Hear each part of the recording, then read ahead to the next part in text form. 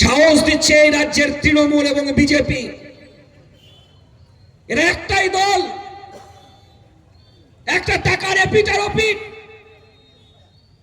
এই যে আপনাদের এলাকার এমএলএ তৃণমূল করে না বিজেপি করে, উনিও ভুলে যাবেন, মানুষও ভুলে গেছে সে কবে তৃণমূল করে আর কবে বিজেপি করে।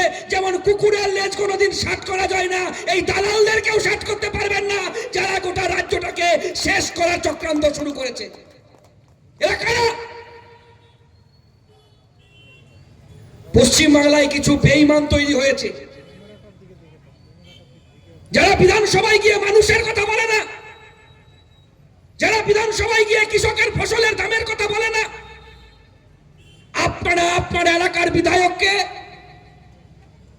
আপনারা আপনার এলাকার এমপিকে পাঠান কেন? পার্লামেন্টে গিয়ে মানুষের জন্য কথা বলবে, বিধানসভায় গিয়ে মানুষের জন্য কথা বলবে।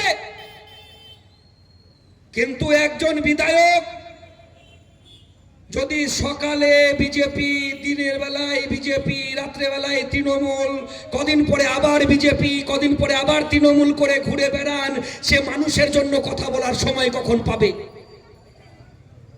কি হবে কালিয়াগঞ্জের উন্নয়ন? এলাকায় প্রচুর সবজি হয়, ফুলকপি হয়, আলু হয়, সর্ষে হয়।